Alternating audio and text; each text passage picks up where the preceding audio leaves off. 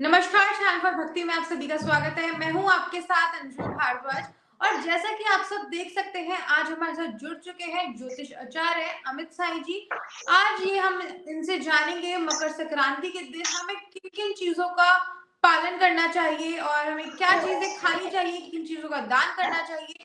कुछ tips and tricks जानेंगे आज उनसे। पहले स्वागत करते हैं अमित जी का। अमित जी, बहुत बहुत स्वागत है आपका। नमस्कार जी। मकर संक्रांति की ढेर सारी शुभकामनाएं आपको भी और दर्शकों को भी। जी सर। तो सर शुरू करते हैं। सर, सबसे पहले जान लेते हैं कि मकर संक्रांति होती क्या है और सनातन धर्म में इसको इतना महत्व क्यों दिया जाता है। देखिए क्या होता है कि जो मकर संक्रांति है, मकर संक्रांति में सूर्य भगवान जो है वो मकर राशि में प्रवेश करते हैं। जी सर। इसलिए इसको मकर संक्रांति कहा जाता है, मकर राशि में। और जी देवताओं का दिन और रात जो होता है, जैसे हम लोगों का दिन जो है वो 12 घंटे का होता है, रात 12 घंटे की होती है, इस तरह से 24 घंटा होता है। हुँ? जी सर। तो जैसे हमारा 24 घंटे में दिन-रात होता है, ऐसे ही देवताओं का दिन-रात 1 साल का होता है, जिसमें रात जो होती है, वो कर्क संक्रांति वाला जो समय होता है, वो रात होती है और मकर संक्रांति वाला जो समय होता है, वो दिन का समय होता है। तो जी अब सर। होता है कि अब सुबह कब होएगा? तो सुबह होता है मकर संक्रांति पर। मतलब मकर संक्रांति में जब सूर्य उत्तरायण होते हैं और मकर संक्रांति होती है, इस समय पर वहाँ देवलोक में दिन होता है।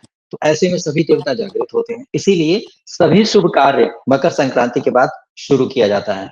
मकर संक्रांति पर जो आप सुना है आपने आपने सुना होगा कि कोई भी शुभ कार्य, किसी का शादी-ब्याह की बात है, कोई कुछ भी शुभ कार्य करना चाहता है, वो सब मकर संक्रांति का इंतज़ार करते हैं कि मकर संक्रांति कब आए और उसके बाद शुरू किया जाए। तो मकर जी सर। संक्रांति में इसी वजह से कहा था कि वो देवता जाग जाते हैं। विष्णु भगवान का तो अलग होता है, लेकिन सभी देवताओं के लिए जो दिन होता है, वो ये समय होता है।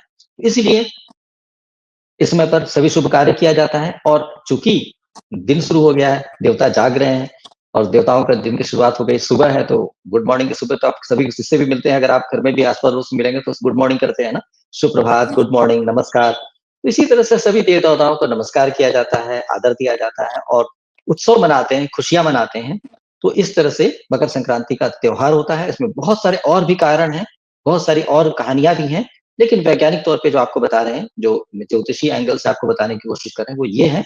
और साथ-साथ एक और बात बनती है कि इस समय पर सारी फसलें जो हैं वो पक करके एक तरह से ख एक तरह से आपको भंडारे में आ जाती हैं, भंडार में आ जाती हैं और अब नई फसलों से शुरुआत की जाती है। तो नई फसलों का पहला जो अंश होता है, वो परमात्मा को, प्रभु को, देवी-देवताओं को भोग लगा करके, दान-पुण्य करके शुभता से शुरुआत किया जाता है। इसीलिए जी आपने देखा होगा कि इसमें पर गज्जक वगैरह जो होता है, वो नया तिल, नया गुड़, है ना? लड्डू वगैरह जो होते हैं सभी अनाज के लड्डू होते हैं, उनको भून करके बनाया जाता है। तो सभी अनाज आज के दिन सभी फ्रेश अनाज इस्तेमाल करना चाहिए और यही भोग लगाना चाहिए, यही इस्तेमाल करना चाहिए। तो इस तरह से इसका आप बड़ा बात ही कर ले। महत्व है, जी जी सर। इस तरह से। जी। जी, तो आप बात कर लें कि मकर संक्रांति का जो शुभ मुहूर्त है वो कब का है, उसका हुँ। समय, सही समय क्या है। जी, क्योंकि बहुत ज़रूरी है कि मकर संक्रांति जब मना रहे हैं, वैज्ञानिक कारण है इसका, ज्योतिषीय एंगल है और ग्रहों के संचार से ही हो रहा है, तो समय तो होना चाहिए ना, सही समय पता हो हमें, उस समय पर सही लाभ लिया जाए। तो वो होता है 14 तारीख को, मतलब 14 जनवरी को, कभी-कभी आगे-पीछे भी होता है, ग्रहों की चाल की वजह से। लेकिन इस बार जो है 14 तारीख को ही हो रहा है और 14 तारीख को 9 बजकर 3 मिनट पर संक्रांति होएगी, प्रातः जी काल। हाँ? और उसके बाद आपका जो है, जो मनाने के लिए शुभ मुहूर्त बन रहा है 9 बज के 3 मिनट से आपका शाम के 5 बजकर 46 मिनट का समय, ये समय आपके लिए मकर संक्रांति का त्योहार मनाने के लिए बन रहा है, शुभ समय बन रहा है। लेकिन जो बहुत उसमें भी होता है ना कि बहुत और रिफाइन करें, बहुत ही अच्छा समय मिल जाए, तो वो समय बन रहा है 9 बजकर 3 मिनट से 10 बजकर 48 मिनट प्रातः का। इस समय पर सबसे शुभ समय है, जिस समय पर आपको स्नान पूजा वगैरह कर लेना चाहिए। तो इसमें काफ़ी अच्छा रहता है। इसका ज़्यादा जी से ज़्यादा लाभ मिलेगा। देखिए पॉज़िटिव समय, अगर सबसे ज़्यादा पॉज़िटिव समय है, तो उस समय अगर कोई कार्य किया जाए, शुभ कार्य किया जाए, तो उसकी शुभता कितनी बढ़ जाएगी। तो इसीलिए बहुत ज़रूरी है कि शुभ कार्य करने के लिए सबसे शुभ समय देखिए, जिससे सबसे ज़्यादा शुभ हो जाए, मतलब सर्वोत्तम हो जाए। तो इसलिए इस समय का चुनाव किया जाता है और यही सबसे अच्छा मुहूर्त रहेगा। जी। अब बात कर लेते हैं कि साईं अमित जी की एक बार बता दीजिए कि इस दिन कौन से भगवान की हमें पूजा अर्चना करनी चाहिए। देखिए देवताओं के दिन का शुरुआत हो रही है तो सभी देवताओं का नमस्कार कर सकते हैं। ये तो कॉमन सी बात है। को जो भी जिस देवता को जो भी उनको आराध्य हैं, जिसको मानते हैं, जी जिसको पूजा करते हैं, वो करनी चाहिए। लेकिन कुछ विशेष पूजाएँ करनी होती हैं आज के दिन में, वो ज़रूरी है कि सूर्य भगवान की पूजा ज़रूर करनी चाहिए। सूर्य भगवान को अर्घ देना चाहिए। नदी में जा करके अर्घ देते हुए उन मंत्र जाप करना चाहिए। ओम घृणे सूर्याय नमः इस मंत्र का जाप करते हुए प्रार्थना करनी चाहिए। साथ-साथ दूसरा ये भी है कि आप वहाँ पर शनि भगवान की पूजा भी करनी चाहिए। शनि भगवान को भी सरसों तेल का दीपक या तिल के तेल का दीपक जलाना चाहिए। तिल का तेल, सरसों का तेल चढ़ाना चाहिए। जैसी सुविधा हो उसके हिसाब से उनको अर्पित करें। तो ये भी बहुत अच्छा इसका भी लाभ मिलता है और साथ-साथ ये भी करना चाहिए कि जो भी दान पुण्य कर सकते हैं, तो दान पुण्य भी ज़रूर करें और स्नान करने का बड़ा ही महत्व है आज के दिन। तो इसलिए गंगा जी का भी पूजन करते हुए, गंगा जी को भी नमस्कार करते हुए, गंगा जी का पूजन करते हुए, उनसे उनको पाप मुक्त जीवन प्रदान करने के लिए उनसे प्रार्थना करना चाहिए और उसके बाद वाक़ई डुबकी लगा करके गंगा जी से प्रार्थना करके पाप मुक्त होने की कोशिश करनी चाहिए। जी, जैसे कि मकर संक्रांति के दिन दान पुण्य करने का काफ़ी महत्व होता है कि जी। बोला जाता है कि इस दिन दान करने से काफ़ी अच्छा होता है। तो हमें इस दिन हमें किन-किन चीज़ों का विशेष तौर पे दान पुण्य करना चाहिए? मैंने आपको बताया कि इस समय पर फसल जो है नई फसल आ जाती है और नए अनाज भंडारे में आ जाते हैं। तो उसमें क्या करना चाहिए, कोशिश करना चाहिए कि नए अनाज से नए-नए अनाज जो फ्रेश अनाज होते हैं, उनकी वस्तुओं का दान करना चाहिए। उसमें बहुत सारी चीज़ें बन सकती हैं, जैसे कि खिचड़ी भी बन जाती है और खिचड़ी का बड़ा महत्व है आज के दिन। आज के दिन खिचड़ी खिलाया जाता है और खाया भी जाता है। तो खिचड़ी इसलिए खिलाया जाता है कि खिचड़ी में जो सामग्रियाँ इस्तेमाल की जाती हैं, उन सबसे नवग्रह के तत्व मिल जाते हैं। है ना? जैसे चावल से चंद्रमा हो गए, इस तरह से करके अगर दाल है, चने की दाल है, तो उसमें बृहस्पति विग्रह का भी प्रभाव आ जाता है। इस तरह से तरह-तरह की चीज़ें उसमें जो डलती है, सब ग्रहों से नवग्रह का प्रभाव आ जाता है और नवग्रहों का प्रभाव से ये हो जाता है कि आप जब दान करते हैं, खिचड़ी किसी को खिलाते हैं, तो उससे क्या होता है कि नवग्रह का दान हो जाता है एक तरीके से। तो आप एक तरह से दान भी कर रहे हैं, एक तरह से आपको लाभ भी मिल रहा है। साथ-साथ आपको गुड़ जो है, जो काला गुड़ होता है, असली गुड़ होता है, जो नेचुरल गुड़ होता है, वो ज़रूर दान करना चाहिए। अब सबसे अच्छा दान आज के दिन क्या किया जाता है, करना चाहिए कि तिल एक मिट्टी के पात्र में तिल लेना चाहिए, भर के तिल भर लेना चाहिए और दूसरे पात्र में गुड़ भर लेना चाहिए। काला वाला गुड़ होता है ना, वो गुड़ नेचुरल गुड़ जो होता है वो तिल और गुड़ का दान सबसे अच्छा दान माना जाता है। तो ऐसा दान जो है वो ब्राह्मण को अगर दिया जाए, ऐसे ब्राह्मण जो सात्विक हैं, अच्छे हैं, मतलब अच्छे धर्म पे चल रहे हैं, ऐसों को बड़ा महत्व देना चाहिए। तिल का दान करना, अलसी का दान करना, अलसी और गुड़ का दान करना ये भी बड़ा महत्व होता है क्योंकि अलसी के लड्डू, तिल के लड्डू ये सब लड्डू बहुत ही फ़ायदा करते हैं, औषधि गुण है, ओमेगा और 3 आज वगैरह बोला होता है जाता इसके है कि अंदर। आज के दिन खिचड़ी खाने का भी काफ़ी महत्व है। तो इसके पीछे का क्या कारण है कि आज के दिन खिचड़ी खानी ज़रूरी होती है? इसलिए बताया कि खिचड़ी जो है उसके अंदर नवग्रह के तत्व होते हैं, तो इसलिए क्या है नवग्रह आपके बलवान हो जाते हैं। मान लीजिए किसी के जीवन में किसी ग्रह की कमी की वजह से दिक्कत हो रही है, मतलब बृहस्पति ग्रह कमज़ोर है, तो अगर खिचड़ी खाएँगे तो उसमें बृहस्पति ग्रह की मजबूती हो जाएगी। चंद्र ग्रह कमज़ोर है तो पता चला खिचड़ी की वजह से उसमें चावल भी है तो इसकी वजह से उनका भी बल बढ़ जाएगा। तो इस तरह से नवग्रह को बैलेंस करने के लिए बहुत अच्छा है। एक तरह से मल्टीविटामिन जैसे होता है ना, मल्टीविटामिन में सारे जी, जी। विटामिन्स होते हैं, तो वीकनेस दूर हो जाती है। तो इसी तरह से नवग्रह के तत्व होने की वजह से खिचड़ी का बड़ा ही महत्व है, खिचड़ी ज़रूर खाना चाहिए, उसमें घी ज़रूर डालना चाहिए और जो-जो चीज़ खिचड़ी के साथ खाई जाती है, वो सब ज़रूर खाना चाहिए। खिचड़ी होता है, उसमें दही भी थोड़ा डाला जाता है, घी भी डाला जाता है, ये सब चीज़ें खिचड़ी के साथ ज़रूर सेवन करना चाहिए। इनसे क्या होता है, सभी ग्रहों का प्रभाव आपके शरीर में आता है और पावरफुल हो जाते हैं आप। मतलब आप कहीं पे कमज़ोरी थी, तो वो दूर हो जाती है ग्रहों की कमज़ोरी। तो इस तरह जी। से व्यक्ति को भी बल मिलता है और दान करने से भी फ़ायदा होता है। जिस भी ब्राह्मण को आप दान कर रहे हैं, कोई योग्य ब्राह्मण को, तो वो हुँ। योग्य ब्राह्मण के अंदर क्षमता आ जाती है, वो मजबूत हो जाते हैं। अगर वो कमज़ोर चल रहे थे, वो मजबूती नहीं थी, थक जाते थे, परेशान होते थे, तो उनको भी ताकत आएगी। तो इस तरह से खिचड़ी का बड़ा ही महत्व है आज के दिन।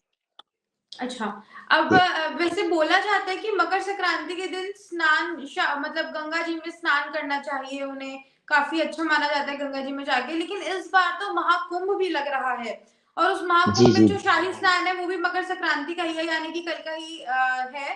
तो जी। तो मैं ये जानना चाहूँगी कि उस शाही स्नान को करने से क्या किन-किन फलों की प्राप्ति होगी? और जो लोग नहीं जा सकते गंगा जी में स्नान करने के लिए, वो अपने घर पे ही कैसे स्नान करें? देखिए, बहुत अच्छी बात है ये, आप बहुत अच्छा प्रश्न किया आपने क्योंकि इस बार जो महाकुंभ हो रहा है, इसका विशेष महत्व ये है कि देखिए अर्ध कुंभ जो होता है, वो 6 साल में होता है और कुंभ जो होता है 12 साल में होता है। ये जी, जी। बृहस्पति ग्रह के चाल के हिसाब से होता है, तो बृहस्पति का 12 वर्ष के बाद ही आ पाते हैं वापस इस तरह से 12-12 साल के बाद होता है। लेकिन इस बार क्या है, ऐसे 12-12 साल के जब 12 दौर आ जाता है तो उसके बाद 144, है ना? तो वो 144 साल हो गया है, 144वां साल आ रहा है, तो इस वजह से इसमें महाकुंभ माना जा रहा है। एक पूर्ण कुंभ होता है, अर्ध कुंभ होता है, महाकुंभ होता है। ये महाकुंभ है, जो अब दोबारा जब पड़ेगा तो 100 इस अभी से इस साल के बाद से 144 साल के बाद पड़ेगा।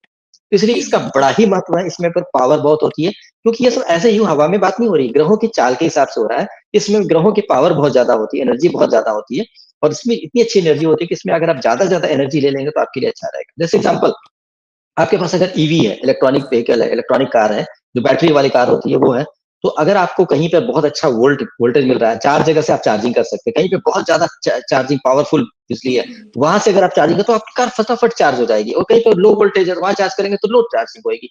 तो आप चार्ज ही करना है तो क्यों नहीं अधिक वोल्टेज में चार्ज किया जाए, जहाँ पे वोल्ट ज़्यादा है, जी जहाँ एनर्जी ज़्यादा है। तो अभी जब आपको अपने जीवन में अच्छा करना है, पॉजिटिविटी करनी है, आप कोशिश तो हर व्यक्ति करता है कि मेरे जीवन में बेहतर हो जाए, कोई मंदिर जाता है, कोई तीर्थ जाता है, कहीं न कहीं जाता ही है। तो क्यों नहीं इस समय पर चले जाएँ जब बहुत ज़्यादा पावर है और जाकर के अपने आप को और पावरफुल कर लें। तो इसीलिए इसका बड़ा ही महत्व है। अब होता क्या है कि स्नान करने वाली बात होती है, कि स्नान करने से क्या फ़ायदा होता है? स्नान ही क्यों करें? तो देखिए इसमें 2 बातें होती हैं। एक तो हिदायत आपको बता दें जो बहुत ज़रूरी है दर्शकों के लिए, कि स्नान करने का मतलब ये नहीं होता है कि आप जाके वहाँ नहाएँ, ठीक जी है? जी जी नहाने वाली बात डिफरेंट होती है, तो ऐसा करना चाहिए कि प्रातः काल ही आपको जभी भी सुविधा हो, नहा लें। घर में जी साबुन से, शैम्पू से जैसे भी नहा लें, खूब अच्छे से मैल साफ कर दें, नाखून वगैरह काट करके, साफ करके, बहुत शुद्ध हो जाना चाहिए। उसके बाद शुद्ध शरीर से और शुद्ध वस्त्र पहने हुए, पसीना वाला गंदा वस्त्र नहीं, शुद्ध वस्त्र, जी स्वच्छ वस्त्र पहन करके जाएँ गंगा जी में और डुबकी लगाएँ और डुबकी लगा के बाहर आएँ। वहाँ डुबकी लगाने का महत्व है, क्यों डुबकी लगाना है? क्योंकि आपका जो बॉडी है ना, वो फिज़िकल बॉडी है, जो आपको मेरा शरीर दिख रहा है, वो मेरा फिज़िकल बॉडी दिख रहा है। आप किसी का शरीर देखिए, वो फिज़िकल बॉडी दिखता है। लेकिन मेटाफिज़िकल बॉडी जो एनर्जी बॉडी है, वो दिखाई नहीं पड़ती है। तो एनर्जी बॉडी जब जी दिखाई नहीं पड़ रही है, तो वो उसको क्लीन करना भी बहुत ज़रूरी है, वो इम्पोर्टेंट है। तो इसलिए क्या है कि अब जब डुबकी लगाते हैं पूरी तरह से, पूरी शरीर एकदम समा जाता है गंगा जी में, तो अब आपकी एनर्जी बॉडी भी आपकी कोई बॉडी है ही नहीं, प बची ही नहीं बॉडी के बाहर, अंदर डुबकी जी लगा चुके हैं, तो उससे क्या हो गंगा जी की पवित्रता के साथ उस एनर्जी बॉडी का कनेक्शन बन जाता है और उसके अंदर कोई भी इम्प्योरिटी आपके प जो मेटाफिज़िकल बॉडी में थी, तो वो डिसॉल्व हो जाती है गंगा जी में। है ना? साफ हो जाती है। इस तरह से क्या होता है कि आपकी बॉडी में जो बचता है, वो मेटाफिज़िकल बॉडी का वो प्योर फॉर्म बचता है। मतलब आपकी प्योरिटी बचती है। जैसे शरीर है, अब शरीर में आप साबुन लगा के जब नहाती हैं तो क्या होता है? आपका शरीर नहीं घिस जाता है, आपके शरीर में से मैल हट जाता है, आपकी जी गंदगी, पसीना वगैरह हट जाता है और आप फिर शुद्ध हो जाती हैं। आप वही इंसान है जो पहले बदबू आ रही थी आपके पसीने की, अब नहीं आ रही क्योंकि गंदगी हट गई।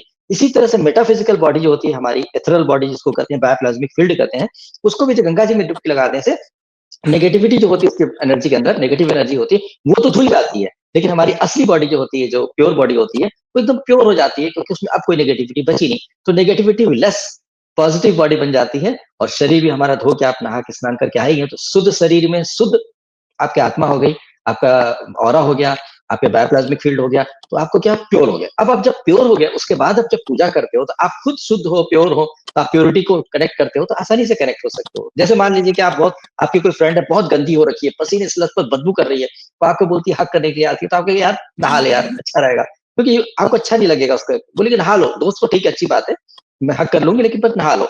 तो ये वैसी ही बात है कि आप एक मनुष्य को बदबू में एक्सेप्ट नहीं करें, तो हम नेगेटिविटी के साथ हम किसी देवता से जुड़ना चाहते हैं, तो क्या जुड़ पाएँगे इतनी आसानी से? तो हमें भी पवित्रता देवता तो बहुत पवित्र, बहुत शुद्ध, बहुत अच्छी स्थिति में है। हमें भी अपनी प्योरिटी रखनी चाहिए, इतने शुद्ध, इतने पवित्र हो जाएँ कि देवता हमें आशीर्वाद देने के लिए हमारे को आशीर्वाद दे पाएँ, हमसे संपर्क कनेक्ट हो जी पाएँ, हम उनसे जुड़ पाएँ। तो इसलिए इसलिए कोशिश करनी चाहिए प्योरिटी हो। तो इसलिए डुबकी लगाने का ये महत्व है कि गंदे शरीर के साथ नहीं लगानी है, घर से नहा धो करके उसके बाद तीर्थ क्षेत्र में जो भी स्नान नदी में स्नान कर रहे हैं, सभी नदियों का महत्व है। लेकिन आपने ये भी कहा कि जो लोग नहीं जा पाते हैं, ये भी बहुत अच्छा प्रश्न है क्योंकि भाई नदी के पास कितने लोग रहते हैं, लेकिन सारे लोग तो जी नहीं जा पा रहे, कई लोगों को तो रिजर्वेशन नहीं मिल पाया, कई लोग जा करके भी आप मुश्किल हो रही है, नहीं स्नान कर पा रहे हैं। तो ऐसी स्थिति में क्या करना चाहिए? आप गंगा जल ले आए, बाजार में मिल जाता है, पूजा स्थान पे, पूजा की दुकान पे मिल जाता है गंगा जल। गंगा जल लेकर के आएँ और ला करके क्या करें, साफ बाल्टी लें, उसको हो सके तो पोंछ लें अच्छे तरीके से साफ कपड़े से, एकदम सुखा लें। उसके अंदर गंगा जल थोड़ा डालें और प्रार्थना करते हुए, हे गंगा मैया, कृपया कृपया अपनी चेतना के साथ, अपनी ऊर्जा के साथ प्रवेश करें और यहाँ पर मतलब बाल्टी में आ जाएँ। ऐसे करके उनसे प्रार्थना करें। उसके बाद गंगा मैया से प्रार्थना करें कि हे गंगा मैया, कृपा करके मैं जो भी जल डाल रहा हूँ इसमें, आप बाल्टी में डाल रहा हूँ, वो अपने जैसा ही गंगा जल बना दें। उन जल को भी अपने जैसा गंगा जल बना दें और मुझे पाप मुक्त करने का अवसर प्रदान करें। ठीक है? तो उससे क्या होगा फिर धीरे-धीरे करके आप दूसरी बाल्टी से थोड़ा-थोड़ा करके जल डालते जाइए प्रार्थना करते हुए। इससे क्या होगा, जो गंगा जल था पहले से उसमें और गंगा जल आप डालते जाएँगे तो वो जितना जल जलता जा रहा है वो सारा गंगा जल होता जाएगा और पूरी बाल्टी आपको गंगा जल की मिल जाएगी। उससे फिर स्नान करेंगे तो बहुत बढ़िया रहेगा। लेकिन ये भी स्नान एक बार स्नान करने के बाद जब आपने शरीर को शुद्ध कर लिया है, उसके बाद गंगा जल से स्नान करें तो अच्छा रहेगा। ये नहीं कि गंदा शरीर ही धोना शुरू कर दिया आपने। तो गंदा जी। शरीर अगर आप धो रहे हैं तो गंगा जी का अपमान है। गंगा जी आपके शरीर को धोने के लिए गंदे को धोने के लिए नहीं, इनको अपनी पाप को धोने के लिए इस्तेमाल करिए जी। तो ज़्यादा अच्छा है। तो इस तरह से कर अच्छा, लेंगे तो मकर उसमें काफ़ी अच्छा संक्रांति रहेगा। से सूर्य जी का भी कुछ संबंध होता है कि सूर्य देव का भी? हाँ, सूर्यदेव मैंने बताया ना सूर्यदेव मकर राशि में आते हैं, संक्रांति होती है, उनकी संक्रांति हो रही है, इसलिए मैंने बताया कि सूर्य भगवान को अर्घ देना बहुत ज़रूरी है। नदी में सूर्य भगवान को हाथ में जल लेकर के ऐसे करके अर्घ देना है, मतलब ऐसे करके नहीं देना, ऐसे पितरों को दिया जाता है, मृत आत्माओं को दिया जाता है। ऐसे कभी ना करें कि कोई किसी को देखा और कर दिया क्योंकि हो सकता है वो पितरों को भी अर्घ दे रहा हो, तो ऐसे नहीं कीजिएगा। हाथ में जल लेकर के और ऐसे करके सामने ऐसे करके जल गिराएँगे क्योंकि ये जो पोर होता है ना, ये सामने जो होता है, ये देव तीर्थ होता है, देव तीर्थ। उँगली के सामने जो सबसे फ्रंट वाला जो होता है पार्ट जो नाखून के पीछे होता है, वो देव तीर्थ होता है। इसलिए उनके थ्रू जल जाना चाहिए। तो ऐसे करके और घर में भी कर रहे हैं तो आप अर्घ दे सकते हैं सूर्य भगवान को और घर में भी देवताओं को भी अर्घ दे सकते हैं। तो उसमें क्या करना होता है कि आप एक तरीका अपनाइए कि घर में गमला लीजिए, गमले के अंदर आधा रेत भर दीजिए। पूरा मत भरिएगा, आधा रेत भरिएगा और उसके बाद सूर्य भगवान को देखते हुए हाथ को ऊँचा करिए, इतना ऊँचा करिए कि जब धार गिरे तो सूर्य भगवान और आपके बीच में धार आए। मतलब जी। सूर्य भगवान की किरणें जो है आपके धार से होकर के आपके शरीर पर आएँ। तो इस तरह से करके धार गिरनी चाहिए। तांबे का लोटा होना चाहिए। लोटे जी। का जो पकड़ना है उसको सारी उँगली से ऐसे नहीं पकड़ना है। उसमें कोशिश करना है कि ये फिंगर और ये फिंगर, लिटिल फिंगर और ये फिंगर दोनों नहीं टच है। ऐसे करके जो मिडल फिंगर और रिंग फिंगर है दोनों मिला करके ऐसे करके इस तरह से करके लोटे से डालें तो अच्छा रहेगा। तांबे का पात्र हो तो बेस्ट है और उसके बाद डालते समय आपको बताया धार ऐसे गिरनी चाहिए और धार उस गमले में गिरे। ऐसा इसलिए क्योंकि वो आपके पैर में छींटा ना पड़ जाए क्योंकि उसमें डाल रहे हैं और पैर में आपके छींटा आ रहा है तो दोष आएगा। इसीलिए ऐसा नहीं करना चाहिए, इस सावधानी बरतनी चाहिए। बहुत लोग तुलसी जी में जल डालते हैं, सूर्य भगवान को जल देते हैं, तुलसी में जा रहे हैं, वो बिल्कुल गलत। वो बहुत बहुत ज़्यादा गलत है, वो पाप है क्योंकि सूर्य भगवान को चढ़ाया हुआ जल तुलसी जी में डाल रहे हैं मतलब झूठा। सूर्य भगवान का जूठा जल अगर आप तुलसी जी में डाल रहे हैं तो वो गलत है, ऐसा नहीं करना चाहिए। तुलसी जी को अलग डालना चाहिए और सूर्य भगवान को अलग डालना चाहिए। इस तरह से करके सूर्य भगवान को अर्घ दे सकते हैं और उसके बाद कोशिश करके देवताओं को भी अर्घ दें, तो उसके लिए बहुत बढ़िया है। जी, तो मकर जी। संक्रांति के आगमन से क्या राशियों पर भी कुछ असर पड़ रहा है इस बार? देखिए, इस बार क्या है कि बहुत सारे ग्रहों का परिवर्तन हो रहा है। ये साल तो बहुत अनूठा है ही क्योंकि इसमें बहुत सारे परिवर्तन हो रहा है। इसमें देखिए राहु भगवान भी अपना स्थान पर घर बदल रहे हैं, साथ-साथ बृहस्पति ग्रह भी अपना घर बदल रहे हैं, साथ में शनि भगवान भी घर बदल रहे हैं। इस तरह से क्या हो रहा है कि इनका चेंजेज़ हो रहा है, तो उसकी वजह से बहुत मेजर चेंजेज़ होने वाले हैं। जो भी समस्याएँ चल रही हैं, वो समस्याएँ मई तक ही चलेंगी। मई के बाद बहुत सारा परिवर्तन हो जाएगा, अच्छा परिवर्तन आएगा, पॉज़िटिव परिवर्तन आएगा, लेकिन मई तक के लिए तो समय थोड़ा ठीक नहीं है। इसीलिए बहुत ज़्यादा ध्यान रखने की ज़रूरत है कि अप्रैल, मई में काफ़ी मेजर चेंजेज़ होने वाले हैं और इस समय पर चूँकि बड़े-बड़े ग्रह इस शनि भगवान बहुत पावरफुल हैं और स्लो मूविंग प्लैनेट हैं, साथ-साथ बृहस्पति ग्रह बहुत बड़े हैं। तो इतने बड़े ग्रहों का जब परिवर्तन होता है, तो खगोलीय स्थिति में ऐसी बनती है कि धरती में बहुत सारी चीज़ों में हलचल होने के चांसेस बनेंगे। इसलिए ऐसे में बहुत ध्यान रखने की आवश्यकता है। ऐसे में भूकंप आना, सुनामी आना कोई डिज़ास्टर होना, तरह-तरह की इस तरह की बातें जिसमें कि धरती के हिलने की वजह से होता है, वो सब होने के चांसेस बनते हैं। इसीलिए मेरी सलाह रहेगी कि सभी लोग भयभीत होने की आवश्यकता नहीं है। भय के लिए नहीं बता रहा हूँ, इसलिए बता रहा हूँ कि सावधानी बरतने के लिए। तो जी, इसलिए जी। सावधानियाँ बरतें, कोई रिस्क ना लें। जैसे कि क्रूज़ में ना जाएँ, समुद्र में बहुत सारी यात्राएँ करने के लिए अवॉइड करें। बहुत सारे आपके फ्लाइट वगैरह में अवॉइड करें या फिर ऐसा कुछ है एडवेंचर करना है, पहाड़ों पे जाना है, ना जाएँ, क्या पता लैंडस्लाइड हो गया, एवलांच हो गया, जिसकी वजह से दिक्कत आ सकती है। क्योंकि जब धरती हिलेगी तो कहीं न कहीं तो नुकसान हो सकता है ना। ऐसी जगहों पे ना जाएँ। तो इस अब बार धरती किन हिलेंगी, प्लेट्स राशियों में हिलेंगे तो थोड़ा-सा सुनामी आ संभल के सकता है। चलने की ज़रूरत है? जी? इस बार कौन-कौन सी ऐसी राशियाँ हैं जिनको थोड़ा सँभलने के चलने की ज़रूरत है? देखिए, मीन राशि के लिए तो बहुत ज़्यादा ज़रूरी है कि सँभल के चलें तो बहुत अच्छा रहेगा। मीन राशि हो गई, कन्या राशि के लिए भी बिल्कुल हिदायत है कि बहुत ज़्यादा सावधानी बरत कर चलेंगे तो बहुत अच्छा रहेगा। साथ-साथ क्या है जी, वृश्चिक राशि को भी बहुत ध्यान रखना चाहिए। इन राशियों पर बहुत स्ट्रॉन्ग प्रभाव पड़ेगा, इसलिए बहुत ज़्यादा ज़रूरी है कि इनको ध्यान रखना है कि इनको कोई दिक्कत ना आ जाए, क्योंकि इनको इमीडिएट प्रभाव पड़ेगा। मीन राशि को तो और कन्या राशि को तो पड़ेगा ही पड़ेगा प्रभाव। इसलिए 2 महीने तक की बात है, 2 महीने के बाद काफ़ी हद तक ठीक हो जाएगा। लेकिन 2 महीने तक तो प्रभाव पड़ेगा ही पड़ेगा। इसलिए विशेष तौर पे ध्यान रखने की ज़रूरत है कि कोई सावधानी करें, कहीं से लापरवाही ना करें क्योंकि यहाँ पर प्रकृति से मुकाबला नहीं कर सकता है कोई। इसलिए प्रकृति को सम्मान करें। कोई देखिए पहले कोरोना हुआ था तो कोरोना में कोई कुछ नहीं कर पाया था, क्योंकि जी, जी। प्राकृतिक प्रकोप था। सुनामी हुई, कभी भूकंप आया तो कोई कुछ नहीं कर पाया, चाहे किसी भी देश में हुआ हो। तो प्रकृति से कभी भी मुकाबला नहीं, चैलेंज नहीं करना चाहिए कि हम देख लेंगे, कुछ नहीं देख सकते आप, कुछ भी नहीं है आप, क्षण मतलब तिनका मात्र भी नहीं है आप। तो जी, इसीलिए जी। आप सावधानी बरतने में ही भलाई है। कोशिश करें कि ऐसे कोई रिस्क वाला काम ना करें, सावधानी बरत के चलें तो बहुत अच्छा रहेगा और प्रभु से प्रार्थना करें ताकि आप प्रभु से प्रार्थना करने से क्या होगा? ये होगा कि आपके अंदर एक पॉज़िटिविटी आएगी। मान लीजिए आपको जाना ही था, बहुत अर्जेंट था, पता चला कि कैंसल हो गया किसी वजह से या आप ऐसी जगह जगह जाने वाले थे जहाँ भूकंप आने वाला था, अचानक आपको कोई प्रॉब्लम हो गई, आपकी तबीयत खराब हो गई, आपका पेट खराब हो गया, आपको बुखार हो गया, तो आप ट्रैवल नहीं कर पाए, वहाँ पहुँचे नहीं, पता चला जहाँ जाना था वहाँ भूकंप आ चुका है। तो ऐसी-ऐसी पॉज़िटिविटी हो जाती है कि आपको नेगेटिविटी से बचा देते हैं। भगवान के साथ जुड़ने पर देवी थोड़ा-सा पूजा करने से आपके अंदर पॉज़िटिव हो जाती है, पॉज़िटिविटी आ जाती है और पॉज़िटिव हो जाते हैं, पॉज़िटिव होने से क्या होता है कि आप नेगेटिव की तरफ नहीं जा पाते। तो जी। इसलिए इस चीज़ों का ध्यान रखने की आवश्यकता है। जी। जी। साईं जी, मैं आपसे जाते-जाते पूछना चाहूँगी कि कोई ऐसी टिप एंड ट्रिक्स हमारे दर्शकों को बताइए, जो इस बार मकर संक्रांति के दिन हमें करनी चाहिए? देखिए, इसमें तो बहुत अच्छी बात है कि 14 तारीख को पड़ रहा है और समय ऐसा मिल रहा है जिसमें आप स्नान भी कर सकते हैं, तो आपको इसका लाभ ज़रूर लेना चाहिए और इस दिन क्या करना चाहिए, अगर शॉर्टकट बोले कि जल्दी-जल्दी क्या करना चाहिए, किसी के पास समय नहीं है, तो आप सुबह उठिए, जल्दी-जल्दी नहा लीजिए। सुबह के लिए एक मुहूर्त बता देते हैं, 5:27 सुबह से लेकर 6:21 का समय, ये भी समय बहुत इम्पोर्टेंट है। तो इस समय पर 5:27 से 6:21 का समय, इस समय पर सुबह स्नान कर लीजिए, साबुन-वाबुन जिस तरीके से नहाना है, नहा लीजिए। उसके बाद 9:03 के बाद फटाफट आप स्नान करिए गंगा जी से, गंगा जल जिसमें बता दिया है कैसे बनना है।